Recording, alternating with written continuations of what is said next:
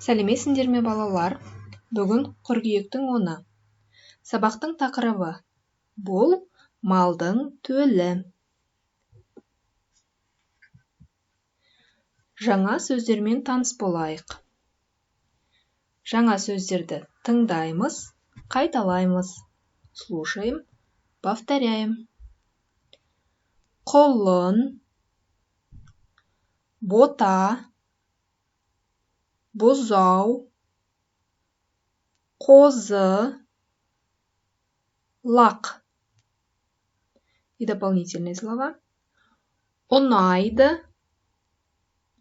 жақсы көреміз, сүйкімді.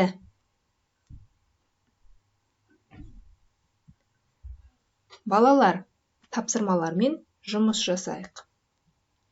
Давайте, ребята, с вами начнем работу. 14-ші бет, бірінші тапсырма.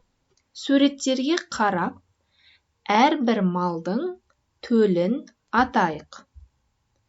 Посмотрите на картинки и будем с вами называть детенышей каждого животного.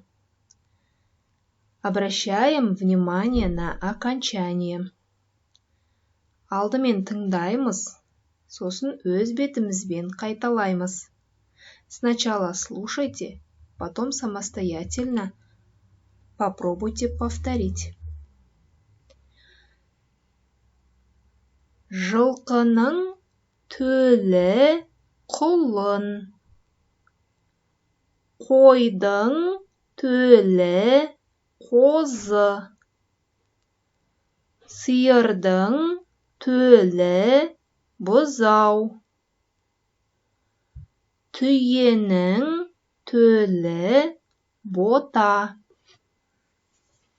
Ешкінің төлі лақ. Теперь пробуйте самостоятельно.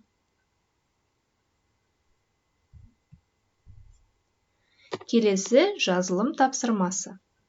Письменное задание, которое выполняем в тетради.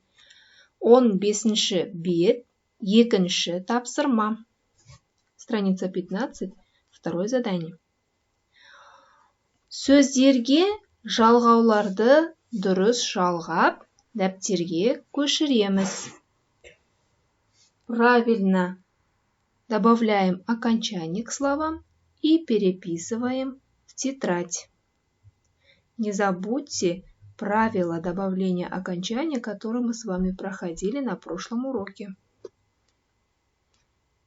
Работаем.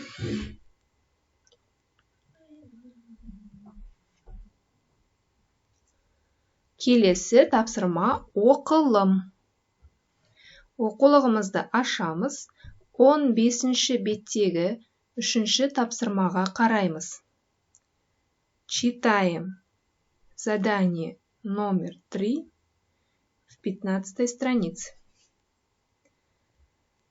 При помощи новых слов и данных слов пробуем рассказать содержание текста. Тапсырманы орындаймыз.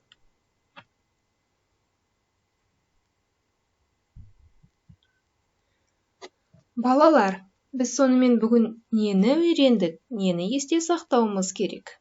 Что мы сегодня с вами прошли? Что мы должны сегодня запомнить? Маған құлын ұнайды. Мне жеребенок нравится. Ағама бота ұнайды. Брату нравится верблюжонок. Қарындасым қозыны жақсы көреді. Сестренка любит ягненка.